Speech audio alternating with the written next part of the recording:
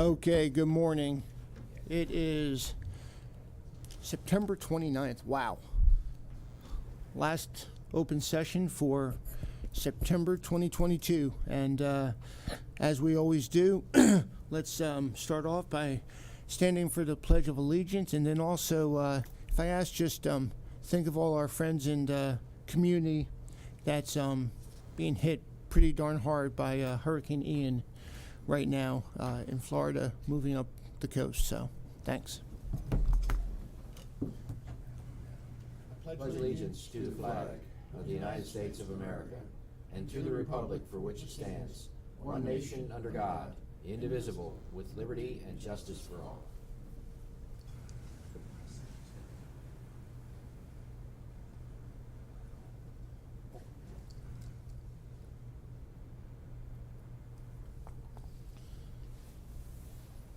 Okay. Oh, I got to do a podcast. You want to do the podcast this week? Priority Carol, Commissioner Wance. I'll pay you. It's on you. Good morning. Yeah, Florida's taking a hammering down there. Some unfortunate reports coming out of there too, as far as loss of life, but none of that's been confirmed yet. But with some of the pictures that we've seen, I can't imagine that there hasn't been some sort of a loss. But we'll keep an eye on that. And I know we have teams down there. The team from Montgomery and Prince George are down there. We've sent a bunch of Red Cross volunteers down there because the Baltimore region, Red Cross sent a bunch of folks down. So hopefully they'll get through that. It doesn't look like it's going to impact us a whole lot. A lot of rain, I believe. We're going to get some outer bands of rain, so you may want to just make sure that you've gotten things battened down if you need to, because there'll probably be some wind associated with that too. So anyway, let's keep those folks in our thoughts. Just a couple things the last week. I attended the Miss Carroll County Scholarship Pageant on Saturday night at Westminster High School. It was quite an impressive event. It's not what I expected. And I had the honor of, I got thrown in at the last minute to be an MC because apparently the gentleman from Florida couldn't get up here, but for good reason, I think, knowing what was coming. But anyway, I MC'd with Johnny Cash's niece, Kelly Cash. What a hoot that was. So anyway, we've got a new representative, Miss Carroll County, that feeds into Miss Maryland, that feeds into Miss America. So it was a great event, and I was honored to be there. I don't have the young lady's name, unfortunately, but maybe I'll get that later on. Said farewell, if you will, to Tony Eckert from the Carroll County Library. Tony's been the finance guy over there for 20-something years. Just a great individual. I stopped over there yesterday, and I think a couple other, you were over there, I heard, and Ted was over there. So they had a nice event for him at the library headquarters. So best wishes to Tony in his retirement. He's got some plans, and I was talking to he and his wife. And his son was there, and I had a nice conversation with him. So congratulations to Tony on his retirement. And Commissioner Rothstein and I attended the Carroll Realtors installation of officers on whatever day that was. I don't know, up at Antrim. Very nice event. And, when I first got into this office back in 2014, I really didn't know much about the Realtors Association. But it's not just about selling homes or whatever. It's they do a heck of a lot more for our community. So that was a good event. What was the gentleman's name that's the president now? Don't have that one either. Anyway, we had some really good conversations. We actually were at a table with some folks Maryland from around the state, yeah. And had some interesting conversations with them as they wanted to know about Carroll. So and it was it's interesting to hear a lot of the conversation that was going on. I think there are less than 100 homes for sale right now in Carroll, and because of the inflation and the things that are going on, it's a pretty challenging business to be in right now. So anyway, thank you to the realtors for all that they do and all that they give back to the community. And I think that's it. YSB celebrating their 50th anniversary. This So afternoon. a couple of folks are going to be there. Yep. Other than that, let's stay safe out there in the rainy weekend. And that's all I got. Thank you, Ed. Stay safe out there. Hill Street Blues. There you go. Commissioner Frazier. Well, I don't have a lot because I was actually supposed to be in Florida this week, and things happened, so I didn't go down to Florida. So I'm here. So I don't really have everything was off my schedule because I wasn't supposed to be here. Let's put it that way. But I did attend the lunch over at the Distillery Building last week for Spanish American Month. It was very good. Commissioner Wentz was here as well with his wife. It was don't know the name of the gentleman who prepared the food, but I have to say, very good lunch. Much better than I would have brought myself, I can tell you that. And there was a ribbon cutting at the Rocky Patel Lounge at Davis Cigars last week as well. Actually, it was one of the better ribbon cuttings I've been to. It was packed. Davidus.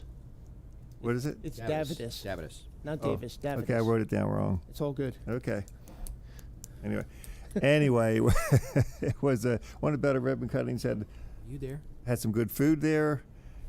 It was packed. The lounge chairs were all taken, There? so it Cool. was good. And that's all I have. Except deal. fall is in the air. When I rode my bike in here this morning, I wasn't sure whether I should have a leather jacket on or not, and I did, and I was still cold. So fall's Okay. in the air. Fawns. Leather Okay. jacket. The Fawns. I don't know. Hey. Okay, gloves. Commissioner I needed Weaver. gloves this morning. I didn't have them. That's all I can say. Just want to say, I guess, I guess Friday night, I attended the American Legion Post 200 MIA POW Candlelight Vigil in Hampstead. Quite a ceremony they have, and the Missing Man Table, and they really do a great job of recognizing our missing in action or prisoners of wars that have not returned. So, and they never forget. The other thing is, this time of the year, Commissioner Frazier alluded to, is fall of the year. And I don't know if you've really noticed, some of our back roads have a lot of invasive species kind of growing shut. A lot of these fast-growing trees come in, and we haven't been able to keep up with moving them back. And if you're moving large equipment and the roads become saturated with automobiles and cars, large equipment, they just know where to go in many of these back roads. So be supportive right now.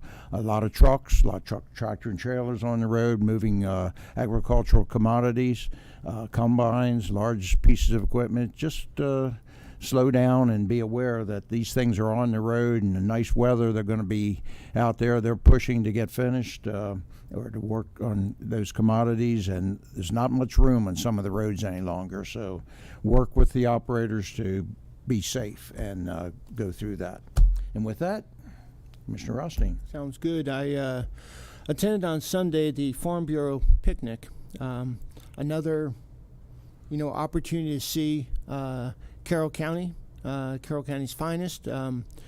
With the Farm Bureau, a lot of folks, a lot of both old and young, attending that. So always promote, membership in community activities like the Farm Bureau. Another one is last night, provide a proclamation to the Lions Club.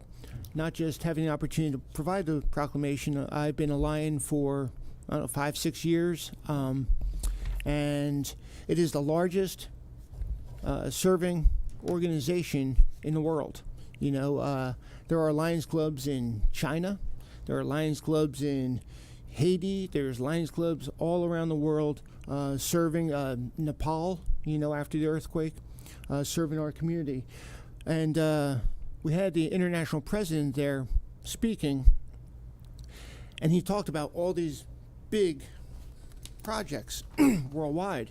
And I shared with him, along with the folks there prior to the proclamation, which the reading of the proclamation was, here's the proclamation, because I wasn't about to read the whole thing. But what I shared with them was during COVID-19, the pop-up pantries, and it was a good idea to provide a service to our community for those in need for food, and the Lions Club took on one of those, from us, which was great, and are still participating in, those type of programs. Another one was during a Lions Club meeting, excuse me, Secretary George Owings, Secretary of VA, shared with the Lions community that he wanted a veterans home, a second veterans home in Maryland. I was able to talk amongst ourselves. I was able to bring a few folks together, and I got up to the podium and share with them there's no better place to look than Carroll County, and we're going to get a veterans home in Carroll County, down in Sykesville area on Slacks Road. Because of those type of conversations, it provides an opportunity, and timing is everything. So if you're interested, it's not expensive to participate and join organizations like the Lions Club. So I just asked you to think about that.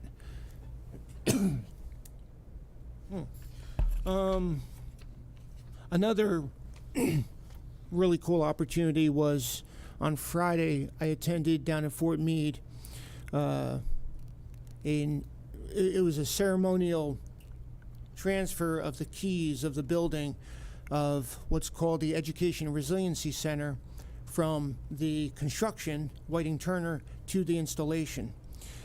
This is a facility, but it's also a service for the entire military community in the region, with veterans, those in uniforms, those out of uniform, Department of Defense, to use the services in this facility, and to network people for a better way of life, whether it be social, emotional, mental, physical, financial, all those type of services coming to one. What's exciting about that is I initiated that about 11 years ago, and it's actually coming to fruition today with about a $5 million, effort. One of our own, Greg Keller and the Keller Foundation, was a large part of that. So again, Carroll County matters when it comes to this region and servicing our community. And the last thing is those that are celebrating a Lashana Tova, wishing everybody a healthy and good new year, and for a healthy and easy fast coming up early next week with Yom Kippur. And let's start with the FY23 Burn Justice Assistance Grant. Ladies, how are you? Morning, Commissioners. Good morning. Debbie Staniford, Grants Office, and I'm joined by Aaron Perrone from the Carroll County Board of Elections. And we are asking today for your approval to submit and accept, if awarded, an FY23 Burn Justice Assistance Grant, or BJAG. The Board of Elections is eligible to apply for this project this year, and specifically to enhance election security in the county. We looked closely at all of their needs, and we have applied for everything that we feel will be competitive and that was eligible for the grant. So we are applying for $12,500. There is no county match, and Aaron is here to answer any questions that you might have. I do have a question. Window tinting, where is that going to take place? At the Board of Election headquarters. So it'll be, so when they're in the building, you will be able to see out, but not in, especially at night. All right. And the cameras and monitors, where are they? They're at the ballot. Where are we doing? At the end, also at election headquarters. Both Okay. of these security measures are for that their building. building, Okay. yes. Okay. Yeah, if you can get funding for that, go for it. Thank you. Because usually we're on the hook for everything that you guys do over there. Just saying. Thank you. Just one side question. How are we doing on election judges? Actually, I believe the Carroll County Times ran an article yesterday or the day before. We've gotten a lot of response from the Carroll awesome. County voters. Good. Yes, we still need them. I like to say that we have our players, but we also need a bench, right? Because if those players get hurt or call out sick and they can't work on election day, we like to have a good bench of folks that will step in if somebody calls out. So we're always recruiting. We encourage Carroll County voters to contact us to be an election judge. Okay. Yes. Oh, that's good news. Yes. I'll move the Board of County Commissioners approve the submission of the FY23 BGAG application and accept the award. Second. Okay, got a motion second. Any comment, discussion? Seeing here none, all in favor? Aye. Thank you. Thank you, Commissioners. Thank you. Enjoy the rest of your day. Thank you. Okay, let's talk about a couple of rezoning cases. Rezoning case 226, the Max Suite property. Ladies. Good morning, everyone. Morning. We are here before you today for two what we call piecemeal or zoning map amendment cases.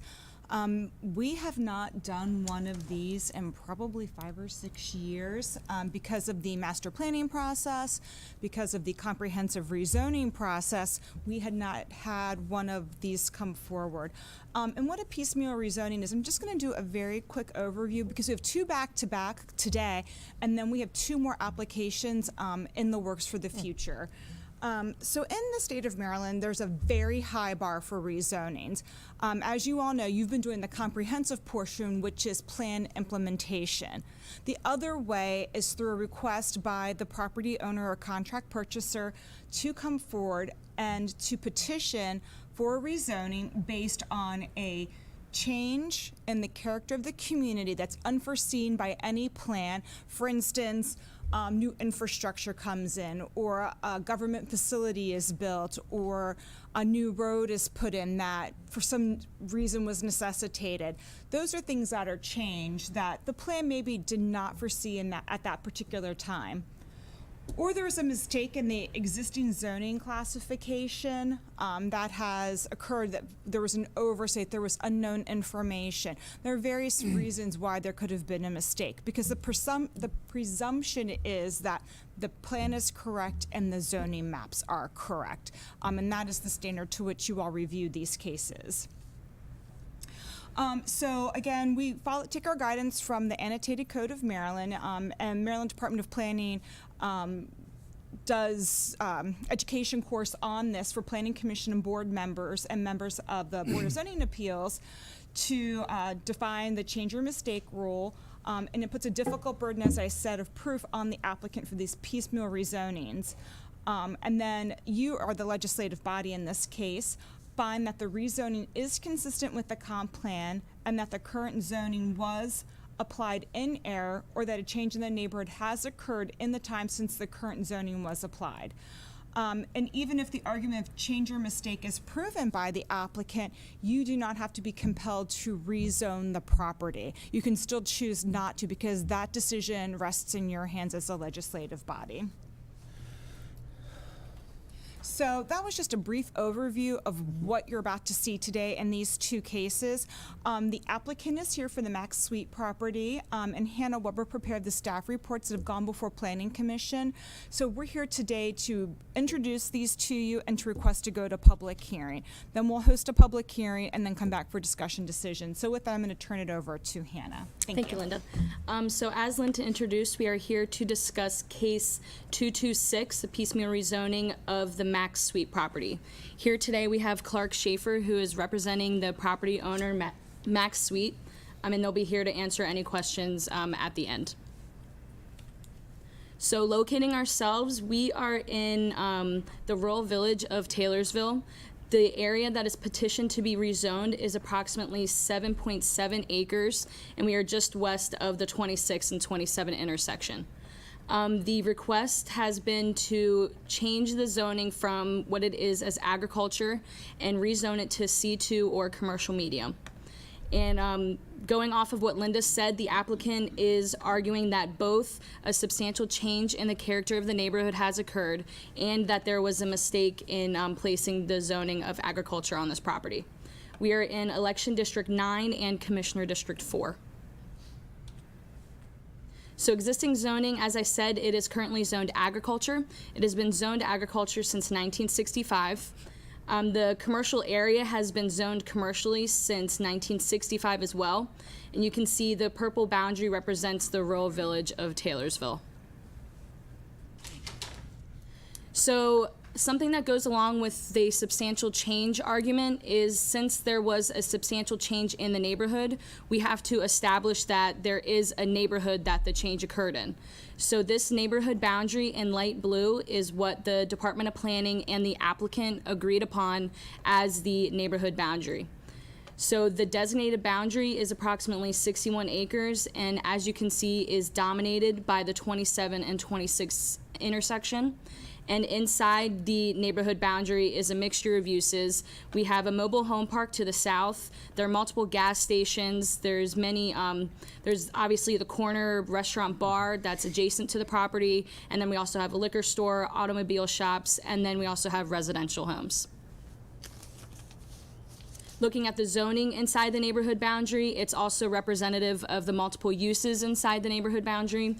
Again, the subject property is zoned agriculture, the surrounding area is C2, and then we also have R40,000 inside the neighborhood boundary. So again, this is just a very brief introduction. At the September 20th Planning Commission meeting, they gave this rezoning a favorable recommendation to you all. We are here today for an introduction and request to go to public hearing. We have a tentative public hearing scheduled for October 20th, depending on your vote today. And then we have time reserved for November 3rd for discussion, more in depth about the arguments that were presented with the applicant, and then a possible decision. And if not, we obviously schedule more time with you all if you're not ready for a decision. So all we're here today is to move this to public hearing, is that correct? Correct. I have a question as well. Yeah. My understanding from the seminars I've taken about this, and I don't have the understanding you all do, but in order to claim mistake, you have to prove that it wasn't discussed when it was first zoned back in whatever, 60, whatever it was. Because if they discussed it, you can't say it was a mistake. But you can claim change, but not mistake. Am I correct in that, or is that different? Well, I don't think we want to get too far into it at this point. I mean, they have the right to a hearing. and Yeah, there's I'm plenty not, of I'm questions just that- asking a question about that because that's my understanding, I guess, is different. And I could be wrong. I only went to 2 seminars on it, so I don't have the background of everyone out there, but just curious about that. When we looked at some of the properties on 26, west of 32, and we changed things from residential to commercial, this seems very similar to that action. So that was different. Those properties were already developed commercially because in our residential districts, specifically the R10 and R20,000, we allow for medical office complexes. So the ones that we changed were already fully developed as medical office complexes, and they were identified in the Freedom Plan specifically as commercial. And so the rezoning just followed along with the master plan. This was not identified for a change during the master plan process. During the comprehensive rezoning, it was not identified. And then during the by request phase of the commercial industrial, the property owner did not come forward to request a change. And so now they're doing it as the zoning map amendment piecemeal rezoning. Okay. Why the entire 7 acres rezoned? That was the request from the requested. applicant. Oh, okay. Is it being used at all? It's vacant. Yeah, it's there's all one vacant? dwelling on the property, but as far as I know, it's not being used. Okay. I'm sorry? It's occupied. There's an old house on the property that. Yeah, please. You can kind of see it here off the. Clark 26. Schaefer, who represents the applicant, Max Sweet, who's here with me today. Max informs me that the house is occupied now. The ultimate plan here is that it will be demolished. but that's down the road.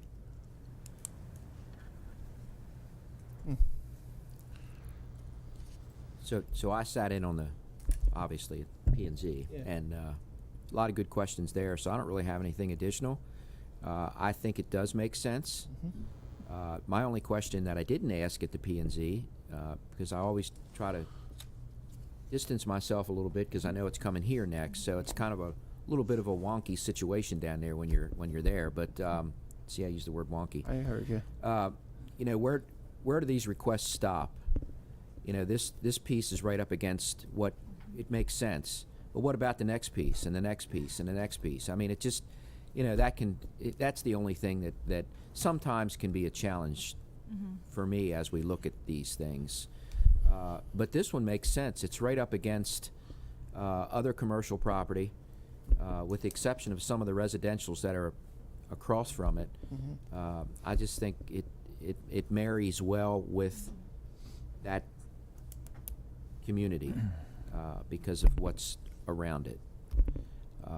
I don't know what the anticipation of the property is down the road, and maybe that's 7 acres, but there's commercial behind it too. So The only concern I have is traffic in this area. That corner is heavily used, and I know you've been on Ridge Road and you're backed up for miles, but that's, Is going to Yeah, public alls we're hearing. doing at this this is Yeah. only point. zoning, Not I know, making I the know, I just, yeah, but they're Yeah. still good points to bring up for folks to think about. But but I think a lot of these were that was vetted down there at P&Z. I say down there. It was vetted at P&Z as well. Okay. Some of that, and that will be brought up by those folks at the public hearing if that's the desire. So I don't have an issue with this. I think it makes sense to go to public hearing. If we do hear some additional items during the public hearing, certainly we can address them at that time. But I would move that we go to public hearing for this case, number 226, the Max Suite property. Second. Okay, got a motion, got a second. Any discussion? Seeing here none, all in favor? Aye. Aye. Aye. Yeah, I absolutely. out two things? Serious? We'll be quick. Well, remember, I'm one, going to take that remember- motion back in okay, a second. once you make the sale, you don't want to keep selling. I didn't get a chance, but there's That's not a bad two thing if things. you didn't get a chance. One, it was said that in 65 it was ag, minor mistake. In 65, the front portion of it was BG. And Heather points that out in her report. It's Hannah. But anyway, the front portion of this was BG. And then secondly, the reason that Max Suite did not participate in the buy request process that Commissioner Rothstein referred to Yeah. is that he didn't own the property until after that, and he tried to get in, but he missed the deadline for the applications for that because he Yeah. just settled on the property recently. I'm not going to get into any merits. I just wanted to point those two No, things it's all out. good. Thank you. Yeah, okay. Let's move on to number 227. So, fun fact, that's how we number them. So this is the 227th zoning map amendment request we've had since we initiated our zoning back in '65. We just keep a consecutive running tally. Really? Yeah. It is a Clark fun submitted fact. 226 of them. Yes, that is correct. That was actually funny. Yeah. I mean, that was good delivery. It was content. That was funny. I teed it up for him. During that entire time, Practicing this. Yeah, all week our bit. during that entire time, did he get the names right? Yeah. Did he get the names right of our staff or not? Yeah, second time. Heather. He did that during planning commission as well. Did he really? Okay, did. push-ups next time. Yeah. Go ahead. Okay. 227. So 227 is MJY Investments LLC. Again, Clark Schaefer is the representative of the property owner, and we have the property owners here today as well. Locating ourselves, this is actually the home of the YMCA, just north of the 32 and 97 intersection. It's currently zoned agriculture. The entire 10.192 acres is being petitioned to rezone to C2. The applicant is again arguing a substantial change in the character of the neighborhood has occurred and that there was a mistake in the current zoning. We are in Election District 7 and Commissioner District 3. Existing zoning, As I said, the existing zoning is agriculture. It has been that way since 1965. You can see the gold and black bands indicate that we are inside the designated growth area for the City of Westminster, and we are also inside the City of Westminster's priority funding area. So again, since there is an argument of a substantial change in the character of the neighborhood, we had to establish a neighborhood boundary. This boundary was again agreed upon by the Department of Planning and the applicant. This neighborhood boundary covers approximately 240 acres, and we all know the mix of uses inside of this boundary. We have the actual subject property is the YMCA, the community college, the training safety center, everything. And then we have the residential all the way to the north of the property. Looking at the zoning inside the neighborhood boundary, we have R10,000 represented to the north. We have conservation, which is covering all of the institutional uses to the north. The subject property is zoned agriculture. And then lastly, this piece of property at the very southern tip of the neighborhood was zoned C2 during the comprehensive rezoning by request phase. It was originally zoned agriculture, and the commissioners voted to change it to C2. So again, the same next steps as the last one. The Planning Commission gave this rezoning a favorable recommendation at their September 20th meeting. We are again here for introduction and request to go to public hearing. We have a tentative public hearing scheduled for October 20th, and then more time dedicated to this rezoning on November 3rd for discussion with the applicant and with you all and a possible decision. Hannah, can you go back to the previous, there you go. The C2 that's down there in the south corner, was that agriculture changed to C2 at that time? Yes. We Yeah. did that. Yeah. Yes. Is it the same property owner of both the C2 and the requester at this time? No, it's two different property owners. Okay. Just curious on the YMCA is already there. Why change the zoning? To utilize the back portion of the property. If you can see, only the front Right, okay. portion is developed. But don't they use the back portion for fields for, I mean, soccer or whatever that they send their summer camps and stuff like that? I believe they lease the site from different property owners, so I don't know if you'd want to have them answer that question. I'm not sure about how the Because facility I'm is just thinking the utilized. YMCA is already there. What are you going to do with it? Okay. But if it's the back portion you're actually interested in, then it kind of makes sense there. All right. And the YMCA is allowed to stay Yes, in the correct. C2? Yeah, the applicant stated in their arguments that it's up to a long-term lease, so Okay. a rezoning would have no impact on the Okay. YMCA. That's a good answer. I don't think they're going anywhere anytime soon.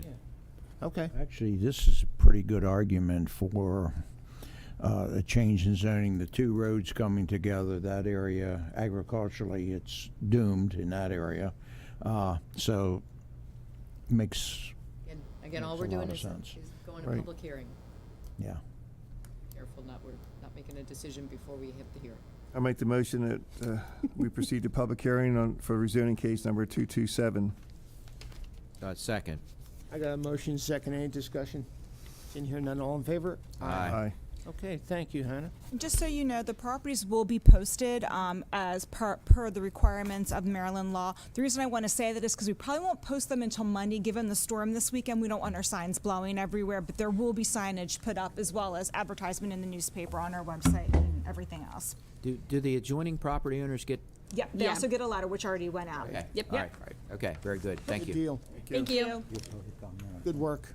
Excuse me, are you I- accepting public comments this morning? I apologize. Is this public comment for these two cases? Oh, yeah. Sure. Yeah. Yes. Yeah. Sorry, we missed that. I apologize. You fill a card out? Is now the time, or? Yes. Yeah.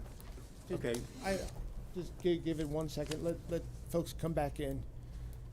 And I do apologize. I kind of got ahead of myself. Okay, come on in and state your name, and then. My name is John Backus. I live at 1750 Sagsville Road, directly across from the property next to the Y where the proposed Royal Farms is.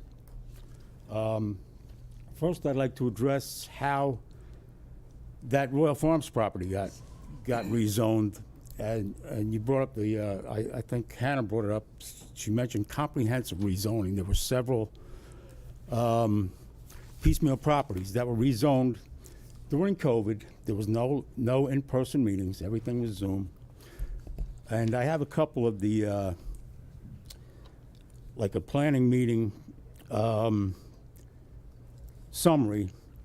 The property where on the corner there where the proposed Royal Farms was denied in 1993 because there was no change of character in the neighborhood, which was brought up in the beginning, and a mistake had not been made in the most recent comprehensive zoning. And then the summary in 2020, when they decided to proceed to make that C2, it says, while the properties immediately surrounding this property are zoned conservation agriculture, uses on these surrounding properties are institutional, schools, recreation, the YMCA, and assisted living, which is on the other side of 97. And it says the property is only 12 acres in size and does not abut land use used for agricultural purposes, which is very deceiving because my wife, as we live across the street, we have grandchildren. My wife takes pictures of that property being harvested every year. She has pictures from 2020. She has pictures from 2021. That's pretty obvious. And it says that it was not used for agriculture, which is very deceptive. Now, fast forward to now with MJY requesting their property be rezoned. The only reason they even know about it is because I went to the Y and made them aware that there was a proposed Royal Farms next door. They didn't even realize that was rezoned C2. And now the only reason they're looking to rezone that is because that property where the Royal Farms was rezoned. And going back to that property on Liberty Road that you spoke of earlier, as Mr. Want stated, where does it stop? He raised the question, where does it stop? First it's the corner property, then it's the Y, what's next? And the other thing that bothered me from the beginning in the planning sessions, and even now, when Hannah was pointing to the properties, she mentioned north of the Y, the college, the high school and everything, there's residential. The Fenby area where I live, which is a triangle between Short Lane, Old Westminster, Old Washington, and 32, is never mentioned. It was never mentioned in the 2020 planning board meeting. It wasn't mentioned this morning. Why are we not part of the equation? Thank you for your time. Absolutely. Thank you. And I have one thing I want to say. My name is Patricia Backus, 1750 Sykesville Road. I just want to encourage you to keep that property conservation. That's all. Okay, thank you. Are there any other public comments? And I apologize not addressing it up front. Commissioner, Yes. I do have a caller online. Okay, thank you. Go ahead.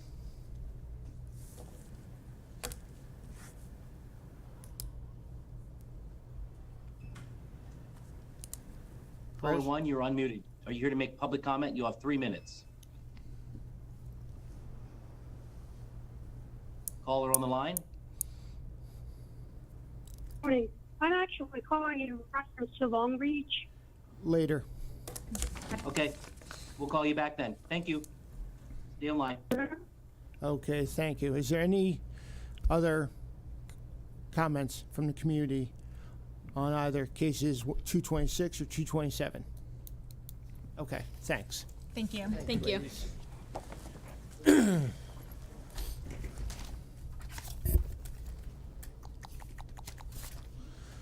Okay, let's move on to Charles Carroll Community Center, Rain Leader Change Order. Oh, how I love change orders.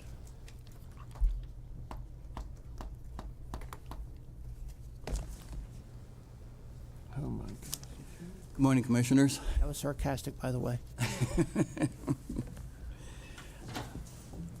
Thank you for your time this morning. Bureau of Building Construction is here before you this morning to request your approval of a change order in the amount of $25,019 for extra work to be performed at the Charles Carroll Community Center. The work to be performed is to furnish and install rain leader piping to carry the stormwater from the rain on the roofs to the respective stormwater management facilities. The amount of the change order exceeds the signature authority of $25,000 and therefore requires approval from the Board of Commissioners. The change order is within the project budget and requires no additional funding. And we respectfully request the board's approval of this change order. So you seriously couldn't negotiate down $19 or $19 and $19, you wouldn't have to 1 be cent? here. Just curious. It's the appropriate thing to do, and I appreciate, again, like we talked about, full transparency, coming here regardless of the cost. So, but it's, Can't we Put in take, my own $20 if I were you guys. can't we divert this water into the pool? Yeah.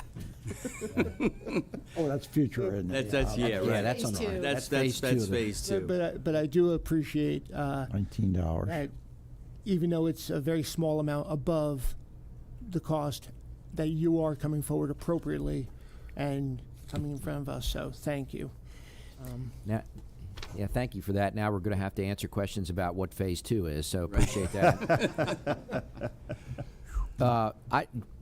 I mean, obviously we have to do this, but I'm just puzzled as to why this wasn't part of the original stormwater plan. I mean, obviously we knew that the water had to come off the roof and go somewhere. Right. These stormwater management plans are getting so complicated that it's just, for those of us that have been up there and saw the complex stormwater management facilities that have been built there, it just it's crazy to me. I understand protecting the environment and doing all of that, but good grief, this put the project, talk about change orders.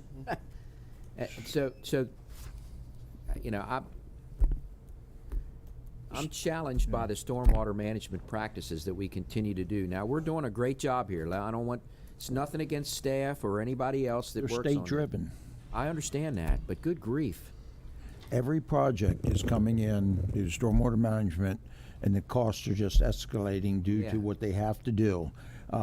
North Carroll High School is the same thing. I mean, what they've had to do is millions. Yeah, it's just, But it's not necessarily the dollars; it's more the processes. yeah, that's What- the yeah. that's the thing that You know? that bothers me is the fact that, and we go the extra mile here in Right. Carroll, which is fantastic. Yeah. I mean, I liken it. It's similar to the plastic bag thing we always argue about every year. You know, we you can't have a plastic bag in Westminster, but get down near the shore, and you get plastic bags everywhere, and that's where the plastic bags shouldn't be used. So what's the point? And it's the same thing here. We're so far away from the runoff into the bay or whatever, but I get it. It's just, I'm going to get off the pulpit, but man, it puts these projects way over. So anyway, I think my issue, especially with change orders, is foreseeing them, you know, the if this then that situation. And you have the ability to say, okay, we're going down the road with this type of work being conducted. If this happens, then that's going to occur and a change order will be necessary. You can't answer and predict everything, but there are certain activities and actions I know you can, and I know you do. Having us prepared for that, I think, is important because the more we're prepared, the more that expectation management, as opposed to coming up to us, and you don't, but on a continuing basis for change orders. That would be a real systemic issue that we have, and you don't. But just keep that in mind, the if this and that scenarios. That's my always concerns with change orders. But I appreciate, and most of all, I do appreciate the coming forward, regardless of the cost of this one. So, was this caught by our folks, or was this something that the state came in after the fact and said, oh, by the way? No, so we should have caught this on the original plans. It's just, you know, we review the plans. It's just one of those things that we absolutely missed. Our folks in resource management actually pointed out to us. So, yeah. Okay. I mean, we always connect our buildings to I'm sure rain we do. leaders underground, and we just missed that on the plans on this one.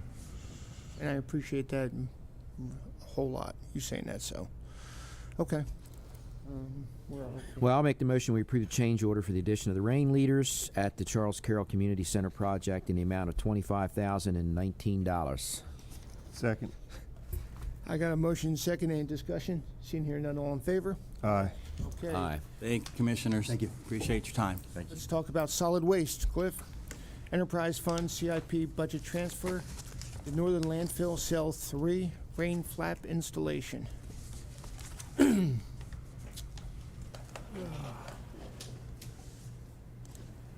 Wouldn't be any fun if we didn't have a presentation to go along with it. Want a second It opinion wouldn't on be that? me if it wasn't. Yeah, We didn't- that's a little bit more, I like the That's- presentations. that's I like the accurate. visuals.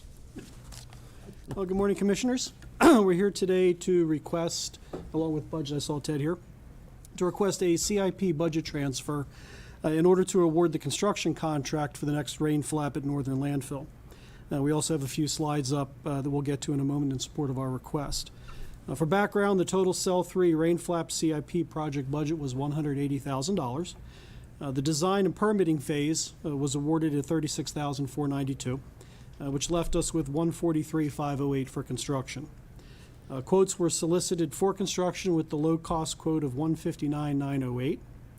That cost is $16,400 above the remaining project budget. Now, that is primarily due to inflation, as we all know, increased costs in materials and labor, but also due to some field work that is needed to address maintenance items on the existing rain flap and areas in adjacent, Cell 3 adjacent to the project, and we'll see those here shortly. We're therefore requesting a $32,400 budget transfer, not only to cover the quote, excess quote, but also to provide a 10% contingency should unanticipated conditions be encountered during the field construction. Transferred funds will come from the Bark Hill Landfill Remediation CIP project, and any unused funds would be returned to that project following rain flap completion. So the first slide here, real briefly, is we have pretty much the landfill that would fit on the drawing. Cell 3 active area, that's the half of the 17 acres that's currently operational. The three sections there to the right, there I got a cursor, that's the remaining 8 acres of Cell 3. In 2018, this current rain flap was installed. The 2022 rain flap that we're discussing today would be installed in this location. And what we've done since the last time we came to the board asking for the project was we were able to reconfigure to add a potential third rain flap at some point in the future. The purpose being cut the areas down, generate less leachate, reduce our costs. So we had that opportunity. It doesn't mean it has to go in the future, depending on what future boards do, but we now have the ability to do it if we so desire. The area here that is shaded kind of in orange, that's what we'll be discussing here in a minute. It's the area of maintenance that has to occur out in the field. Now this drawing, or this picture, is of Cell 3. This black berm is the rain flap, current rain flap berm, and essentially it's a liner, polyethylene liner, up over a 4-foot berm of this protective cover stone. It's very simple design. But its purpose is to act as a gutter. So what it's doing is it's diverting stormwater and snow melt from all the stone to the right from getting into the active area to the left. It's discharging that stormwater, directing it to the stormwater ponds, not to our leachate system, so it keeps our costs down. So this project is essentially putting a new rain flap in as we're getting to our intermediate grades on Cell 3. Now keep in mind, Cell 3 was built in 2007, 2008, so it's been out there for 15 years. And what happens over the course of time is sediment can run off into that stone, dust is blown in, and as we all know, weeds will grow anywhere. And this is what we've been left with. So these areas that are overgrown, in some cases there's a couple of trees that are growing out there, they have to be reclaimed, maintained, addressed before any waste can be put into that area. At the bottom of the cell, where the stormwater goes out. This is just another example of that over time, the maintenance that needs to be done. But also, one of the things that happened is the rain flap, a portion of it did blow off of its berm. So this project will also include rehabilitating part of that rain flap. So again, those are features that happen over time. They would happen anywhere. This is just now the time to do it. There is a potential, if it's not addressed, not so much for the sediment to be an issue, but roots from trees could potentially impact the liner that's already installed, and we definitely do not want that to happen. And we felt that this is the proper time to get all this maintenance done. And open for questions.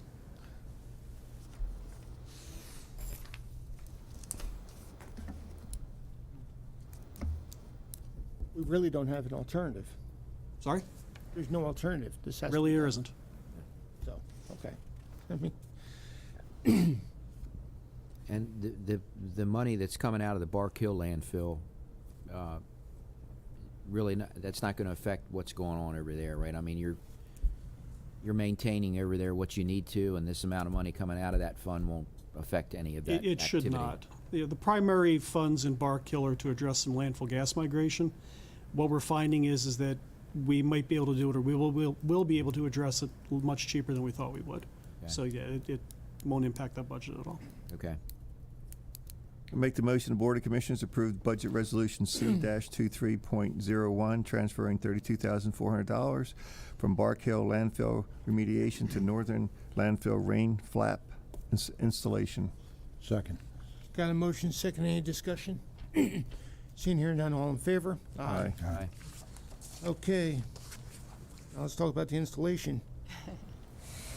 Now that you have the money. We're not approving that part. I'm sorry. You got a berm now. Where are we at? Yeah, you're right. We have money to spend. What's that? I said, now that we have money to spend. Right, yeah. So the installation of the Northern landfill, Yes. cell 3 rain flap berm.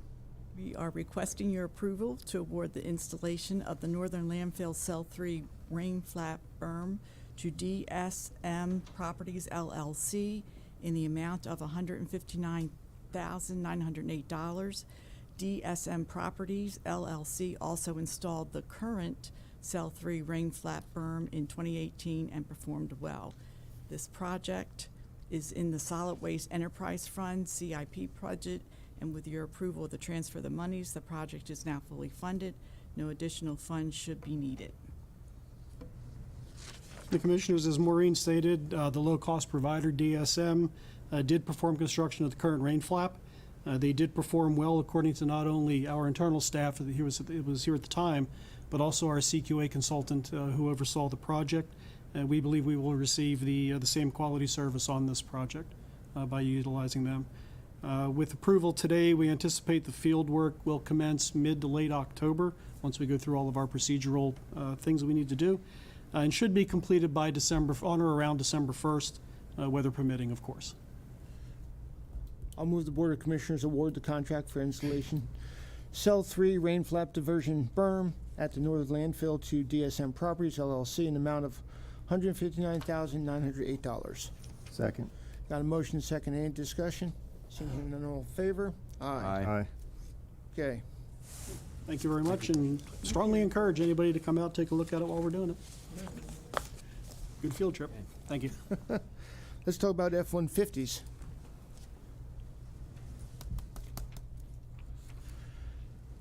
Buying Lightnings. Huh? What? Isn't that the Yeah. electric one? Yeah, that's what they were. We got comments from the cheap seats?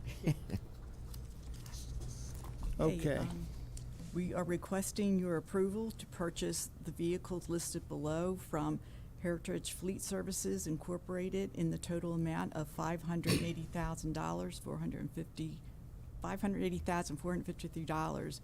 This purchase is being made through a Howard County contract that was competitively bid.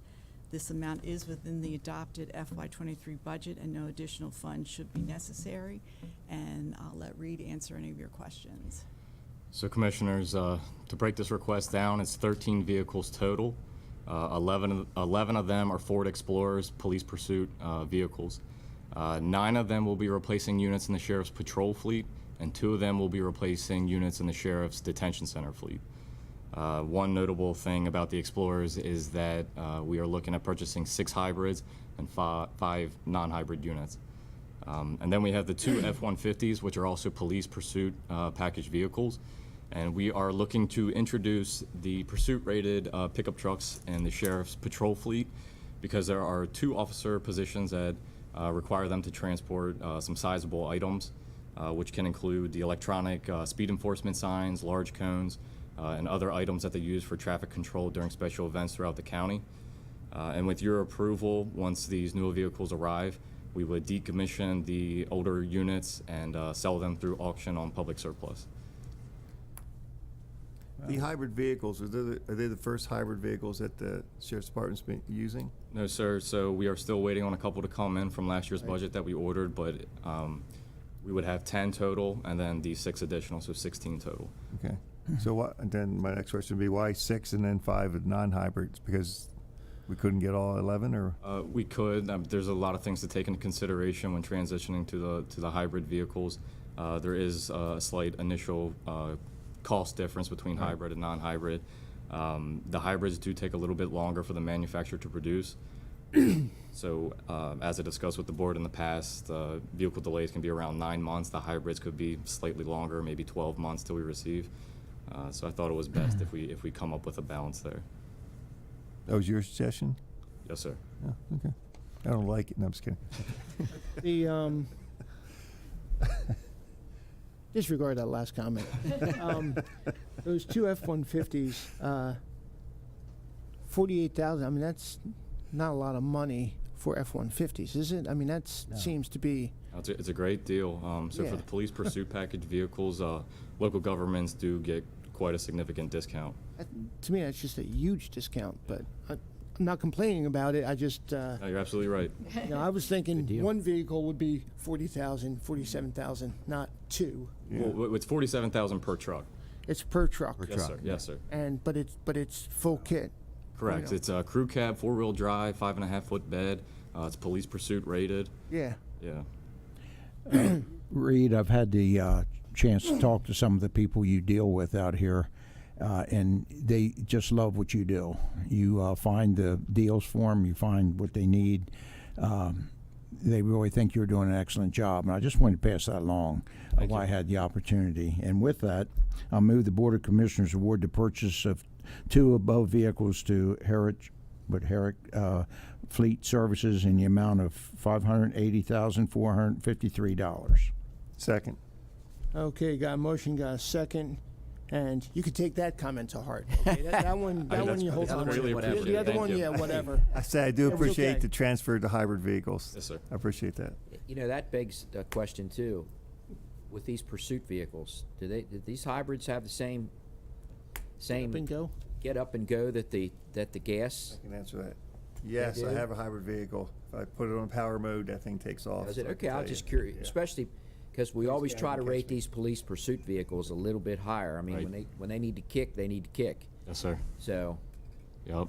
They're up to par for a pursuit rated vehicle. They might be slightly heavier than the non-hybrids, but yes, sir, they can keep up with anything out on the streets. But I will share, talking with the sheriff, when vehicles need to go into that high-level pursuit, they won't because of the potential accidents that can occur on the road. And, you know, motorcycles, especially in very high speeds, they will not go through chases anymore because of just that. you can't catch them. But No, but I mean, but you're just gonna Potential for find a accidents. motorcycle wrapped around a tree. So, The risk is greater than the reward. Yeah, exactly. right. So, okay. Okay.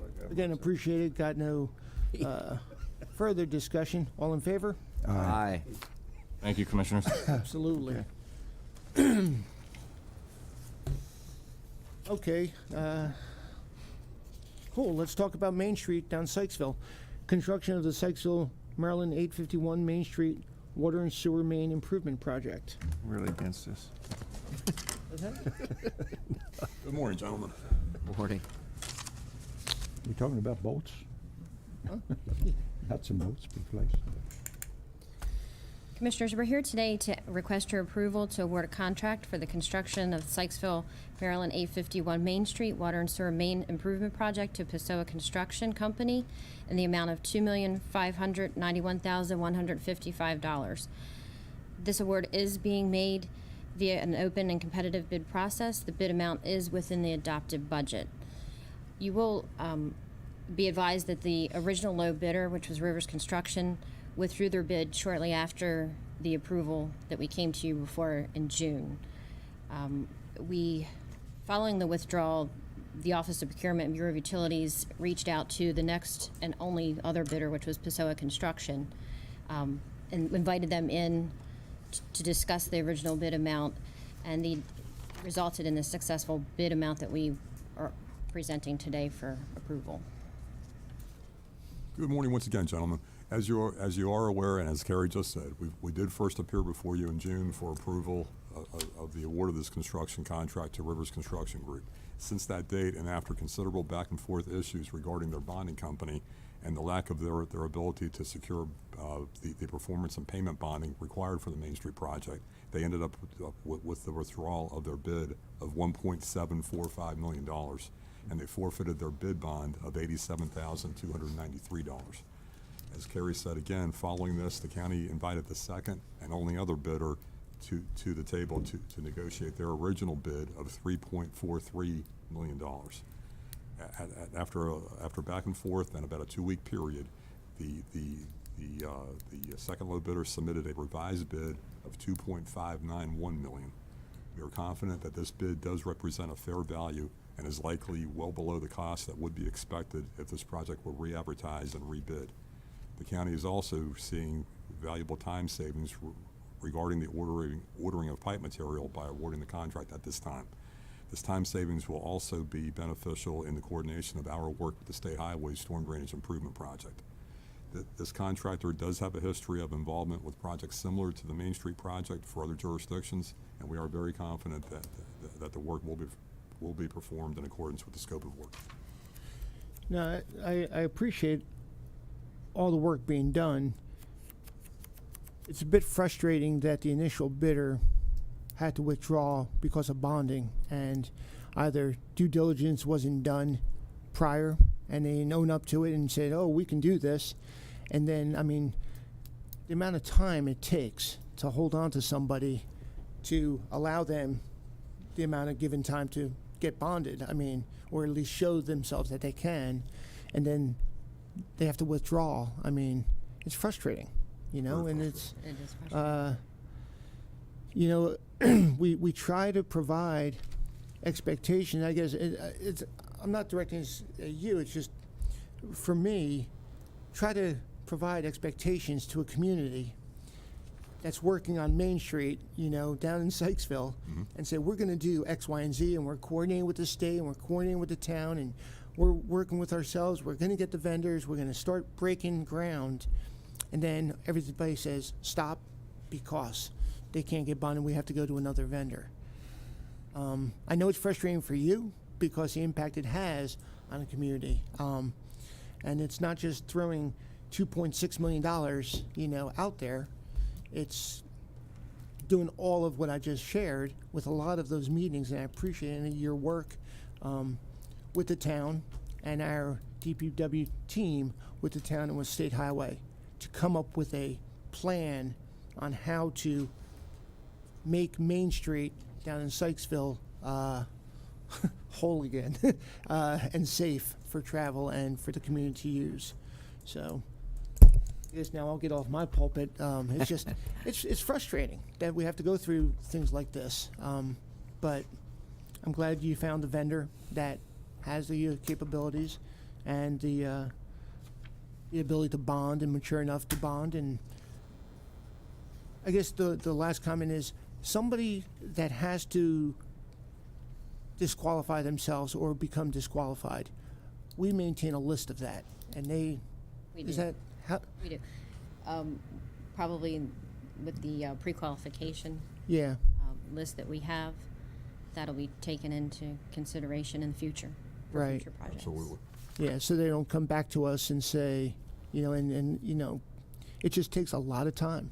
and time is something we don't get back, so. The original bid date for these, for this project was June the 8th, and it's almost October the 1st. Exactly. That is the frustration. Yeah. And the positive, the relatively positive side of this is the State Highways project has also been pushed back for similar issues.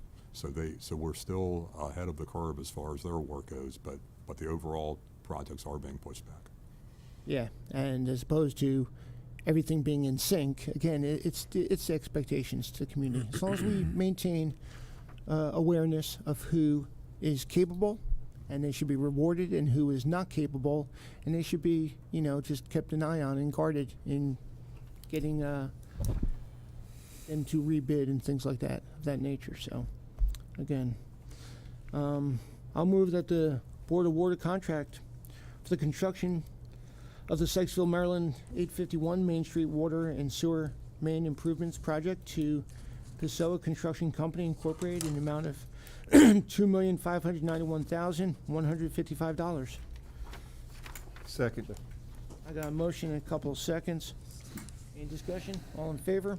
Aye. Okay. Thank you. A lot of money. Let's talk about the extension of mechanical bar screen lease agreement. I'm sure you're looking at the amount wondering why we're here. However, we are asking for your approval to award the extension of the temporary mechanical bar screen lease agreement necessary during the ongoing septic facility upgrade project to Dupron Corporation in the amount not to exceed $7,500. This amount is within the adopted budget. The reason we're here today is strictly because it has been extended, and due to the signing authority policy that we have in place now, this extension would, it takes it over what a director really can sign for. So we're just asking for the approval for the extension, and it should be, from what I understand, within the next 3 months, if not less, it'll be completed. So we shouldn't be here again for this. I do have some additional background information for you, which you might find of interest. Prior to the start of the city's wastewater treatment plant upgrade project in 2019, there was no functioning screening process to separate the rags and plastics from the septage flow coming into the facility. So that resulted in 2 to 3 annual cleanings of the holding tanks at a cost of about $90,000 to $100,000 per year. So this rental fee for the mechanical bar screen is $2,500 per month. We have realized tremendous cost savings by having this in place since then. So as the upgrade project began, only one of the 3 holding tanks would be in service at any given time. So it was extremely critical for us to get the rags and the plastic flow out of the septic wastewater stream. And the most efficient means of doing so was the rental of this mechanical bar screen. As Kerry said, this item does extend the original lease for an additional 3-month period, and it should see us through the completion of the upgraded facility. It should be online completely by late October to early November timeframe, and be advised that the upgraded facility does have its own bar screen in place as far as a permanent improvement. So we should not see very many of those in-depth cleanings moving forward. So the overall cost well balances out the cost savings that we're seeing. And you're right, that was interesting. I tried. So you're saying that project's going to be complete by late October, first of the Septic facility. septic facility? The wastewater treatment plant itself still has some work left to go. They do, okay. But the county's part of it is almost done. Okay, yeah, I went by there the other day, and I go by there a good bit. Yesterday, as a matter of fact, I went by there. In New Windsor. Yeah, and I'm off.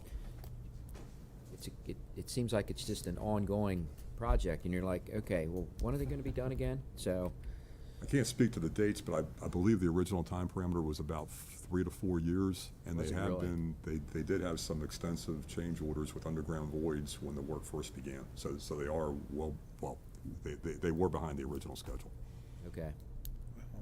But bottom line is our facility, that's very important to Cliff and Solid Waste, is fully functional, Right. fully functioning late October to early November. Okay. All right.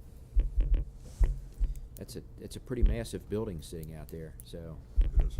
Yeah, okay. All right, well, I move that we award the extension of the temporary mechanical bar screen lease agreement to Dupron Corporation in the not to exceed amount of $7,500. Second. Got a motion, got a second. Any discussion?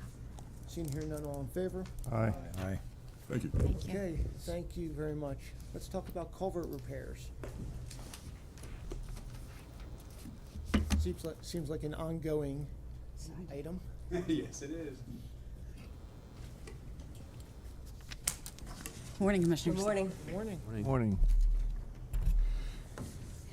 The Office of Procurement, in cooperation with the Bureau of Roads Operations, requests your approval to use an existing term contract with ProShot Concrete Incorporated to make culvert repairs located on Phillips Drive in Hampstead at a cost of $49,720.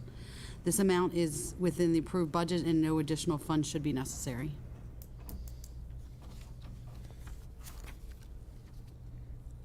How long is this repair? 205 feet. Oh. It's at a diagonal on Phillips Drive. It was discovered when we were investigating road collapse issues on Wolf Hill, which will be coming before you guys probably in another couple weeks. The inlets are starting to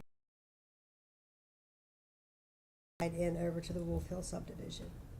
It's a big pipe. It's very oval. Yeah. And it's going to be easy to work. You can walk through it.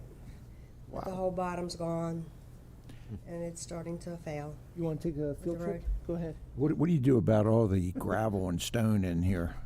They flush it out. Yeah. They'll flush it out and shotcrete it, and then, you know, as we make repairs to the road, you know, with the bottom of the pipe being repaired, it's not going to have any place to escape to any longer. So we do patches and stuff, and then they should hold. Okay. We use ProShot. We use others besides ProShot. Is there like a top three, or is it? We use ProShot. They've got the term contract with us, and they have they come up out of, well, Albert's based out of Virginia Beach, but they have guys that come up out of Alabama, and they do a really, really good job. Yeah. We've used them for multiple years. They're quick to respond. Mm-hmm. I send him pictures, I send him locations, and they get us a quote and get on the project pretty quickly. That's great. Again, it goes back to that expectation management, you know? So when you have that relationship, things can get done. So appreciate it. I'll move the Board of Commissioners approve the culvert repairs to Phillips Drive to ProShot Concrete in the amount of $49,720. Second. Got a motion, got a second. Any discussion? Seeing here none, all in favor? Aye. Okay. Thank you. Good luck. It's a huge repair. I think even Weaver can walk through there. I think you should. Yeah. I think you should take a field trip through there. I go right by it all the time. Well, you should walk through it. Why don't you join me? Yeah. You lead the way. Okay,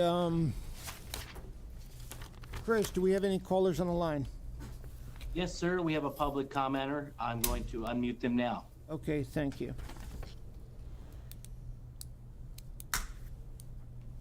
You have 3 minutes to make your public comment. Please begin.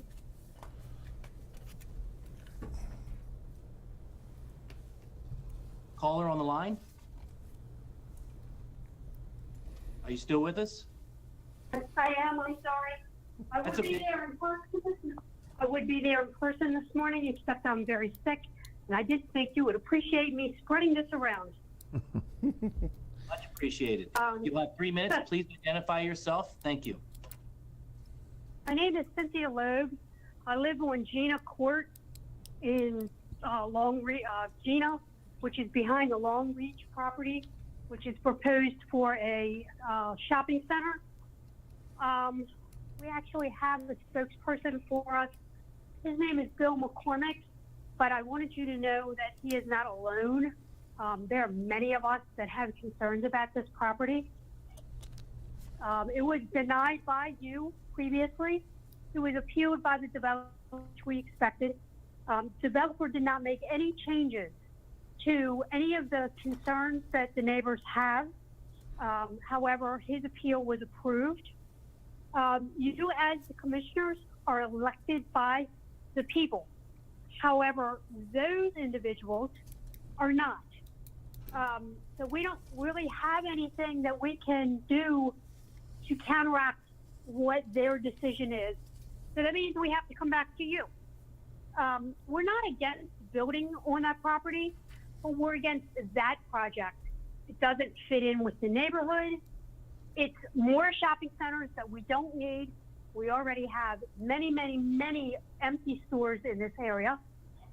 And if we wanted to build that particular shopping center, there are many other places, like within a mile, that would be better suited for. We're also going to destroy conservation areas, which is always a bad thing. And I'm concerned specifically about the water and runoff to my property. No one has come out here and looked at my property. My property is at the bottom of the hill. I get all the water runoff from the neighborhood. And when it storms, I already have a 3 to 4 foot river that runs through my property. When I purchased this property, before I purchased this property, I contacted Planning and Zoning, and I wish I could find this email, and asked if anything was being built in this area. I was told no, there were no plans, and it would be a minimum of 8 to 10 years before anything was built there. I purchased this property specifically to get away from the constant building. I have stress-induced depression. My mother-in-law has dementia, and we bought this house and put many, many dollars into this house after we bought it to make this our home. I'm going to be directly affected. My property is going to be directly affected by the runoff from that shopping center and all that. And I lived in Ellicott City. I've seen what the overbuilding does. Unfortunately, I was not at the appeals hearing because I didn't know about it. I don't know if Bill has spoken yet, but I have pictures of the sign that was placed. You literally cannot see the sign. It was placed behind tall grass. It is green, and it's on a 50-mile-an-hour road. I stopped my vehicle after someone told me that there was a sign there and took pictures of this sign. And I'm literally standing outside of my vehicle in front of the sign, and you cannot see the sign from the side. I'm very, very concerned about this property. Like I said, we're not against building something, but we know what the Princess Shopping Center down the street is like. And that shopping center, even though that gentleman says that it's completely full, it is not full. There are signs, there have been signs for months and months and months that say that they're leasing, that they have openings. It is an eyesore to the neighborhood. And if we have that here, it is going to detract from the neighborhood, and it is going to hurt our property value. That is a huge, huge concern of mine. I thought this was going to be my forever home.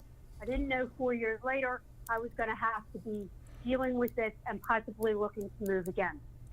So I know Bill's done a lot of research on this, and he knows what the next steps and things are.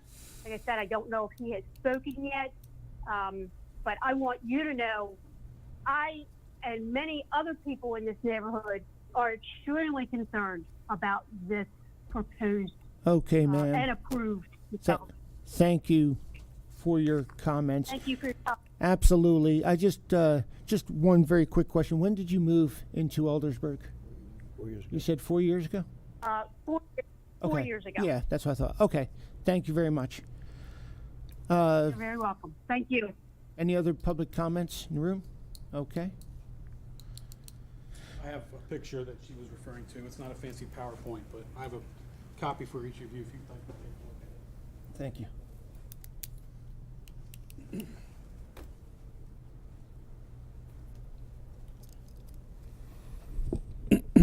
My name is Bill McCormick. I'm a resident of Carroll County and have been for over 15 years. And I'm not sure if I quite live up to the role of spokesperson, but I just wanted to talk to you guys. I've been arguing against overdevelopment of a particular property for what seems like an eternity. I've never argued against development. I've never said don't build on that property, ever. I've never said that.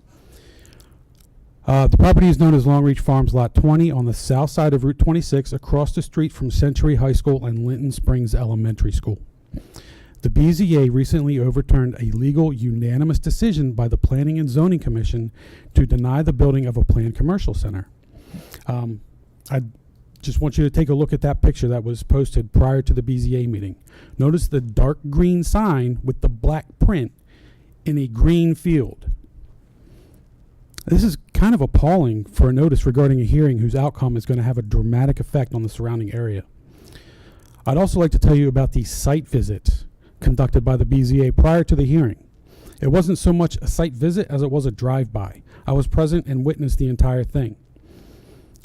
The whole visit took about 3 minutes.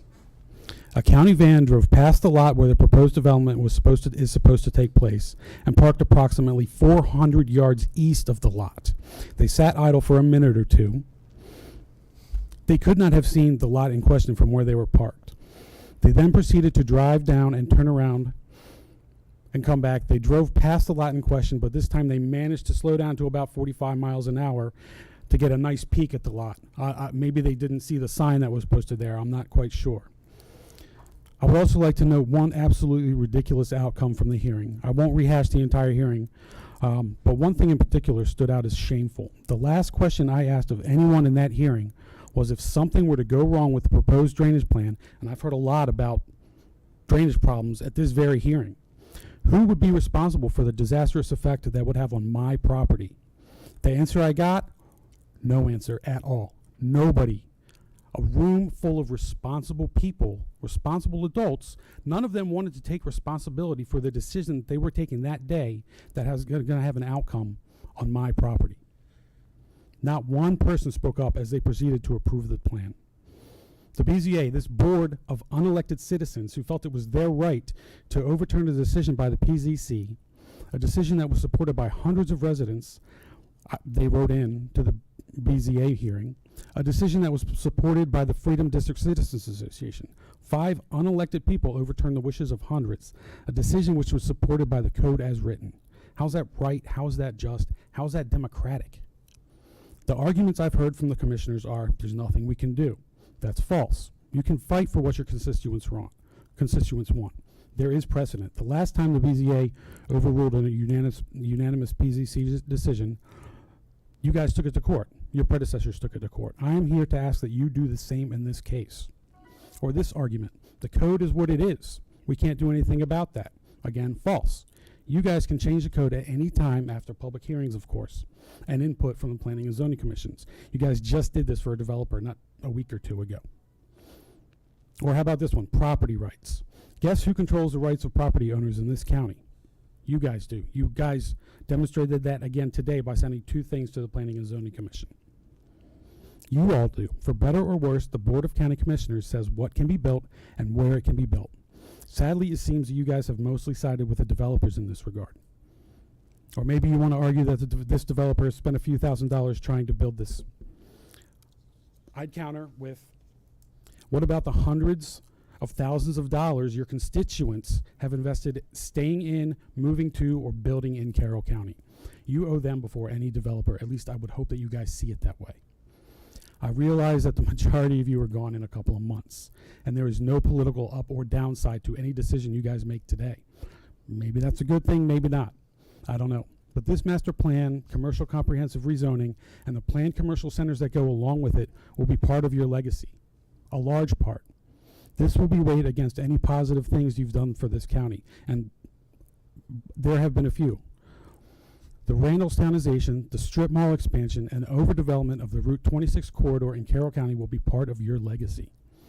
I'm here to ask that you do what your predecessors have done. Fight for those who have made the decision to stay invested in Carroll County, not some developer who's nothing more than a bully who doesn't care about adding a bunch of empty commercial space to our community as long as he gets his apartments. Please finish up your thoughts. Take this sad, shameful BZA decision to court and stand up to this bully. Appeal this decision at the court level. There is time. if you want to. It's time to stop saying you can't do something when what you're really saying is you won't do something. Thank you for listening. Thank you so much. Are there, seeing no other folks in our audience, is there any other callers? Chris? No, sir. Okay. Open admin. Is there anything? A lot was brought up. I think I always enjoy getting fact sheets of processes on how things are conducted and how they're worked. So, you know, there's some misconceptions I feel on planning and zoning and board of zoning appeals processes. So maybe getting that out there would be a good thing, Roberta, because definite misconception. Yeah, I continue to do the outreach like we do. So for open admin and for town halls and other things. So, okay. Jim, you got anything? Okay. Why don't you come on up? Let's go through agendas.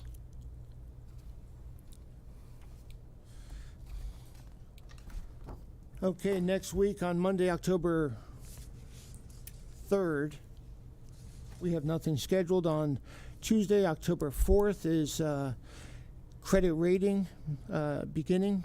It'll be Commissioner Weaver. Wance will probably be a part of it sometime, and I will be participating. I think the two of us will be talking. Yeah, I might stick my head in the Yeah. door that morning just Yeah. to watch the process. That's all. And then that evening is beginning of Yom Kippur, Kol Nidre, and that's when I go away.